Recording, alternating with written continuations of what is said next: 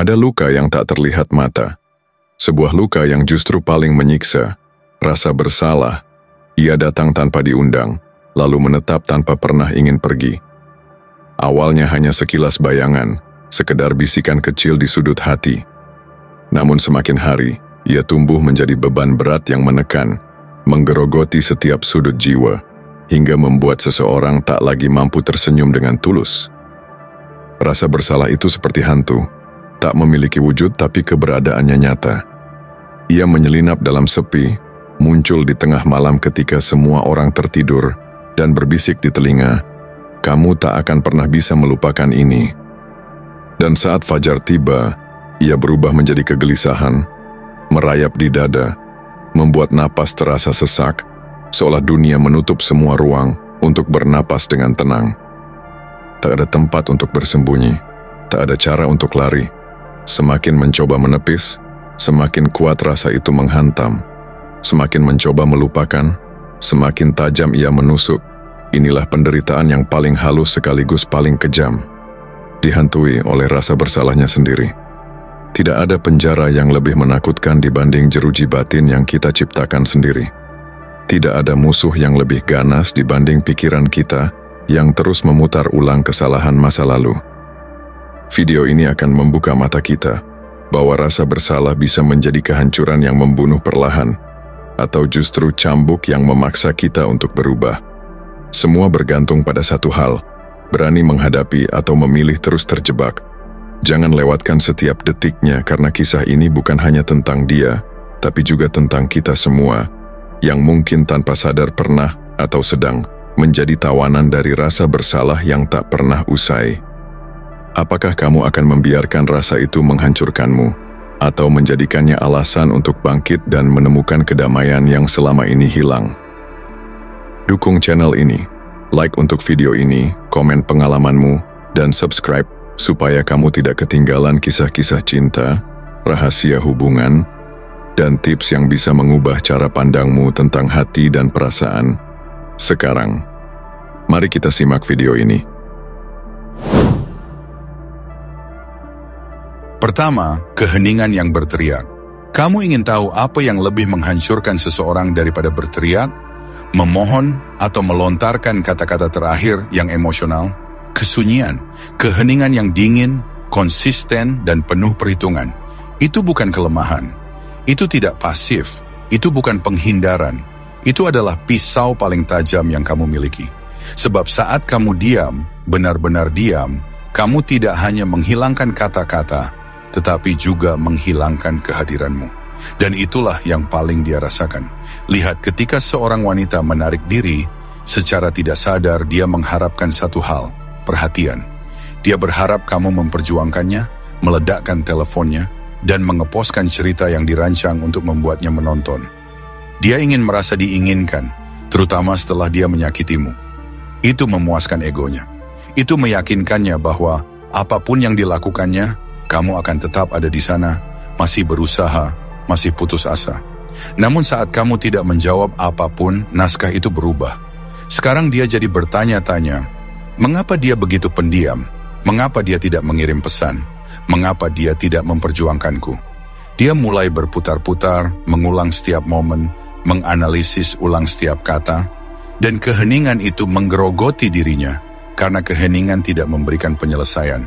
Itu tidak meningkatkan ego, itu membuatnya ragu. Kamu tidak bersikap pasif, kamu menghilangkan oksigennya.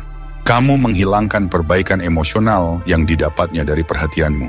Kamu menjadi misteri lagi, dan misteri itu bersifat magnetis. Keheningan membuatnya bertanya-tanya, membuatnya mengejar penutupan yang dikiranya tidak ia butuhkan. Itu menciptakan tekanan. Tekanan menimbulkan rasa bersalah, dan rasa bersalah berubah menjadi penyesalan. Namun perlu diingat, kamu tidak berdiam diri untuk mendapatkannya kembali. Kamu terdiam untuk mendapatkan dirimu kembali. Kamu melakukannya karena berbicara kepada seseorang yang tidak menghargai nilai kamu adalah hal yang merendahkan martabatmu. Kamu tidak merendahkan diri untuk menjelaskan kepada seseorang yang tidak mau repot-repot memahami kamu sejak awal. Diamnya kamu bukan berarti tiada. Kehadiranmu ditingkatkan. Kamu menunjukkan padanya bahwa aksesnya kepada kamu adalah sebuah hak istimewa. Dan jika hak itu diambil, hak itu tidak akan kembali dengan mudah. Jadi biarkan dia duduk dalam keheningan itu. Biarkan bergema. Biarkan itu mengingatkannya tentang semua yang hilang saat dia menganggap remeh kehadiranmu. Tidak ada lagi pesan teks tengah malam. Tidak ada lagi penjelasan panjang. Tidak ada lagi bantuan emosional. Hanya diam. Dan kesunyianmu meneriakkan segala hal yang perlu didengarnya. Kedua, berhentilah memutar ulang masa lalu. Saat dia pergi, sebuah film mulai terputar di kepalamu. Setiap kenangan, setiap senyuman, setiap kebohongan yang disamarkan sebagai cinta. Dan kamu terjebak di sana, memutar ulang, menganalisis, terobsesi dengan apa yang salah. Namun inilah kebenarannya, masa lalu adalah jebakan. Dan semakin sering kamu memutarnya kembali, semakin besar kekuatan yang kamu berikan kepada seseorang yang tidak lagi berada di ruangan tersebut. Itu bukan penyembuhan, itu penyiksaan yang dilakukan sendiri.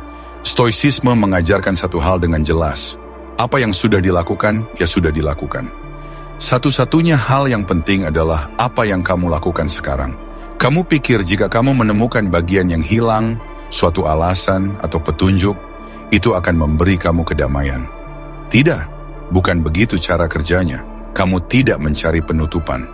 Kamu mendambakan kendali atas sesuatu yang sudah berada di luar kendali kamu. Dan setiap kali kamu menggali masa lalu, kamu memperparah rasa sakit. Kamu mengikatkan dirimu pada seseorang yang telah melepaskanmu.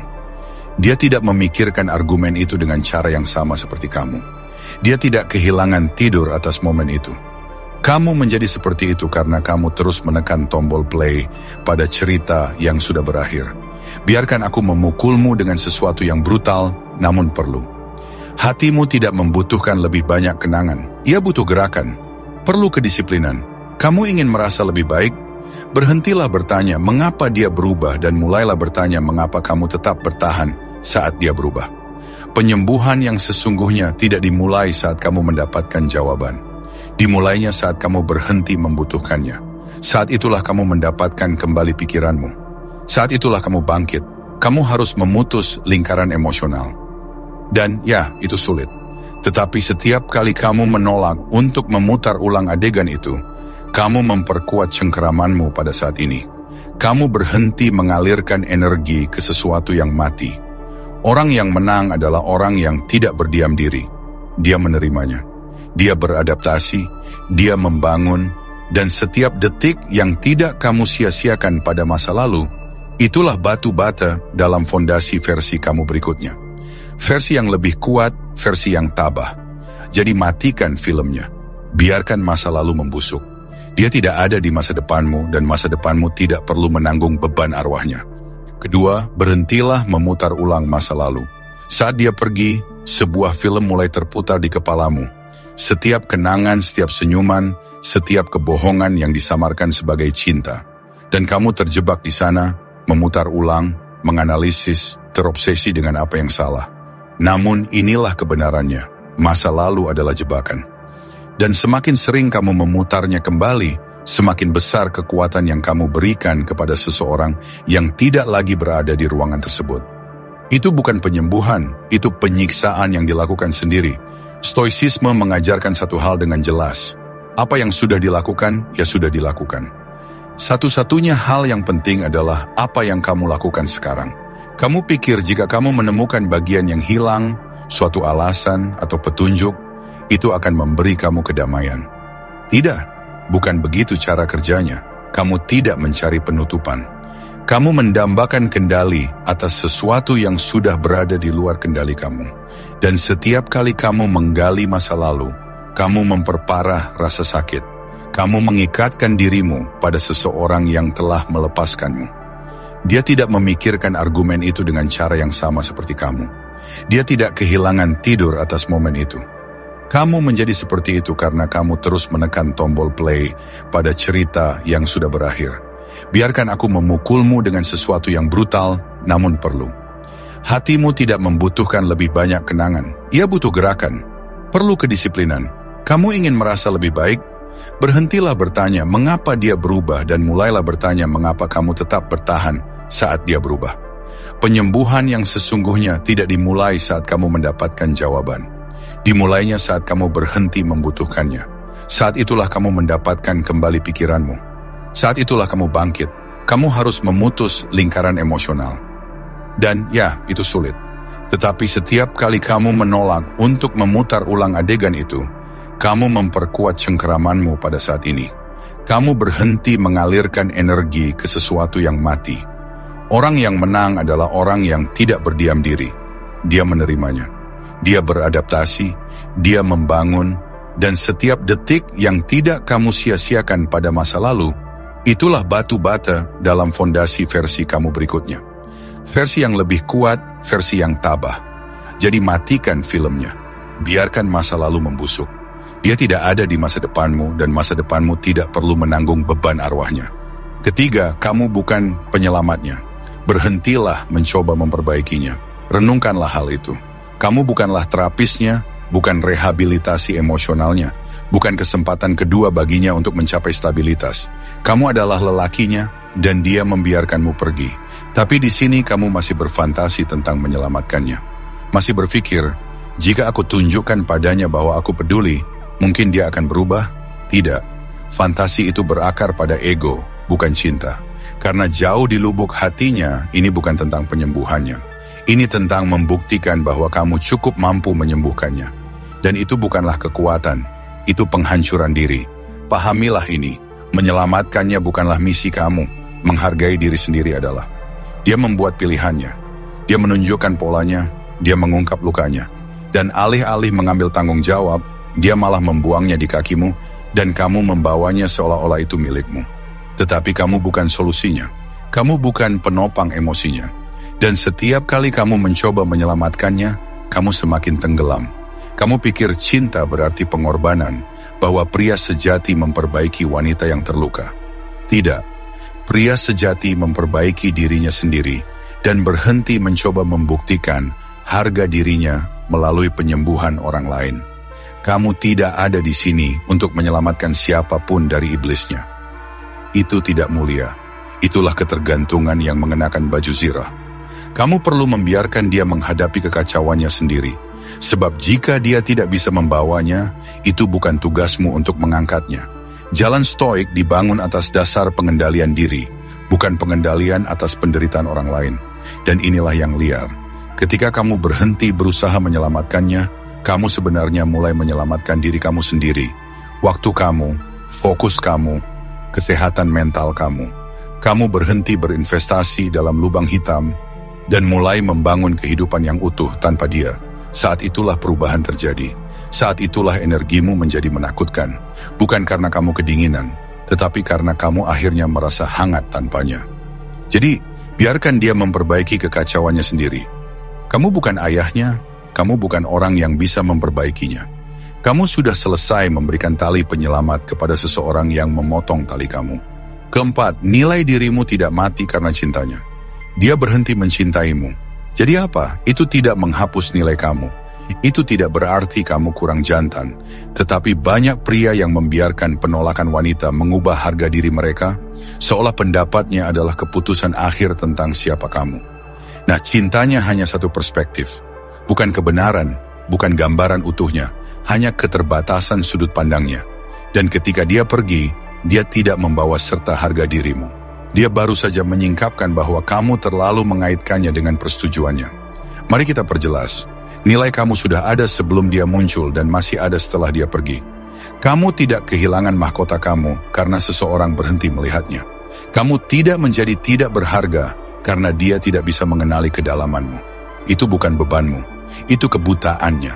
Ketidakmampuannya menerima cinta tanpa menghancurkannya bukanlah cerminan kegagalanmu. Itu adalah gambaran kekacauannya. Namun disinilah hal itu menjadi berbahaya. Ketika kamu mulai percaya bahwa kepergiannya berarti kamu tidak cukup baik, pola pikir itu racun. Begitulah caranya kamu terjerumus ke dalam keraguan terhadap diri sendiri, keputusasaan, dan pengemisan. Begitulah cara kamu lupa siapa dirimu. Kamu perlu keluar dari keadaan itu. Dia tidak mendefinisikanmu, dia mengungkapkanmu. mengungkapkan di mana kamu memiliki luka, di mana kamu memiliki lubang di fondasi kamu. Dan itu adalah anugerah jika kamu cukup kuat menghadapinya, karena sekarang kamu membangun kembali tanpa ilusi, tanpa memerlukan izin siapapun. Sekarang kamu menjadi laki-laki yang tangguh, yang tidak bangkit atau jatuh hanya karena emosi orang lain. Dari sanalah kekuatan sesungguhnya berasal. Ketika nilai kamu bersifat internal, tidak bisa dinegosiasikan, ketika nilai tersebut berakar pada tujuan, bukan validasi, kamu tidak kehilangan dia. Dia kehilangan pria yang bersedia memberikan segalanya. Itu bukan salahmu. Itulah pelajaran yang harus diambil. Pelajaran bagi kamu adalah jangan pernah biarkan siapapun membuat kamu mempertanyakan harga diri kamu lagi. Kamu tidak pernah kecil, dia hanya memiliki pandangan yang terbatas. Kelima, ketertarikan melalui ketidakpedulian. Kamu ingin dia merasakannya, benar-benar merasakannya.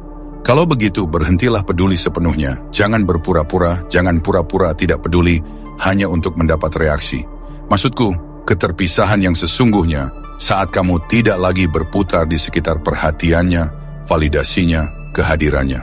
Itulah saatnya kamu menjadi berbahaya, karena tidak ada yang lebih menarik seseorang daripada menyadari bahwa mereka telah kehilangan kendali atas seseorang yang mereka kira dapat mereka jaga siaga. Kebanyakan cowok menjaga topik tetap terbuka. Satu pesan terakhir, simak kisah terakhirnya. Sebuah lagu diposting dengan harapan dia melihatnya. Itu bukan pelepasan, itu keputusasaan yang terselubung. Wanita dapat menciumnya dari jarak 1 mil. Daya tarik yang sesungguhnya lahir saat dia tidak bisa lagi membacamu. Saat dia hendak memeriksamu dan tidak ada yang perlu diperiksa, tidak ada kiriman, tidak ada reaksi, tidak ada jejak informasi, yang ada hanya keheningan, gerakan, fokus. Saat itulah dia tersadar. Dia tidak menunggu. Kamu harus membunuh keinginan untuk dilihat olehnya. Ketertarikan melalui ketidakpedulian berarti kamu tidak peduli apakah dia kembali atau tidak. Kamu tidak peduli apakah dia menonton cerita kamu atau menyukai kiriman kamu. Kamu tidak memposting untuk diperhatikan. Kamu memposting karena kamu hidup. Kamu tidak mengejar. Kamu menciptakan gravitasi dan gravitasi menarik orang tanpa usaha. Ketika kamu berhenti memberinya energi, dia mulai bertanya-tanya kemana perginya energi itu. Keingintahuan itu berubah menjadi ketegangan. Ketegangan itulah daya ungkit kamu. Dan hal itu hanya terbentuk ketika kamu tetap tenang, menjaga jarak, dan tidak terganggu. Namun saat kamu melipatnya, kirimkan pesan seperti foto. Periksa kisahnya. Mantra itu hancur. Kamu baru saja mengatakan padanya, aku masih di sini, aku masih menunggu. Dan dia akan santai karena dia masih memiliki akses. Kamu ingin kekuasaan, cabut akses itu. Buat dia merasakan pintu yang tertutup. Tak ada amarah, tak ada kepahitan, hanya ketidakpedulian. Ketidakpedulian bukan berarti tidak berperasaan, itu harga diri. Itu yang kau katakan, aku di sini bukan untuk menghibur ketidakhadiranmu. Kau pergi begitu saja, ingat? Jadi sekarang kamu merasakan apa arti jarak sebenarnya. Keenam, penguasaan emosi adalah kekuatan sejati. Setiap kali kamu bereaksi secara impulsif, kamu sebenarnya menyerahkan kendali atas dirimu kepada orang lain. Setiap ledakan amarah, setiap keluhan yang meledak begitu saja, setiap pesan emosional yang kamu kirimkan dengan emosi meluap-luap, dan kemudian kamu harap bisa ditarik kembali, itu semua adalah bentuk transfer kekuatan dari dirimu kepada orang lain. Dalam dinamika apapun, siapapun yang mampu mengendalikan emosinya dengan tenang, dialah yang benar-benar mengendalikan kerangka interaksi. Itulah sebabnya stoicisme bukanlah soal menjadi beku dan mati rasa. Ini bukan tentang berpura-pura tidak merasakan apa-apa. Ini adalah tentang menjadi kokoh, tenang, dan tetap tegar dalam menghadapi kekacauan, kesalahpahaman, provokasi, dan kekecewaan. Ini adalah tentang menjaga fokus, bahkan ketika dunia seolah-olah berusaha keras menarikmu keluar dari jalur. Kamu ingin menunjukkan, bukan dengan kata-kata, tetapi dengan sikap, bahwa kehilangan dirimu adalah sesuatu yang seharusnya disesali. Kamu tidak perlu berteriak, kamu tidak perlu memohon, kamu tidak perlu menampilkan drama agar diperhatikan. Ketika kamu menguasai emosimu, kamu menjadi sosok yang tak tersentuh. Seseorang mungkin mengharapkanmu untuk bereaksi. Mereka mengandalkan emosi itu, karena itu adalah pola yang selama ini berjalan. Mereka mungkin terbiasa melihatmu goyah, melihatmu rapuh, melihatmu mengekspresikan rasa sakitmu dengan berbagai cara, dengan unggahan-unggahan media sosial yang ambigu, dengan foto-foto sedih, dengan kata-kata yang setengah ditujukan untuk mereka, setengah untuk dirimu sendiri. Mereka tahu, selama kamu masih berisi, kamu masih memberikan ruang bagi mereka dalam pikiranmu.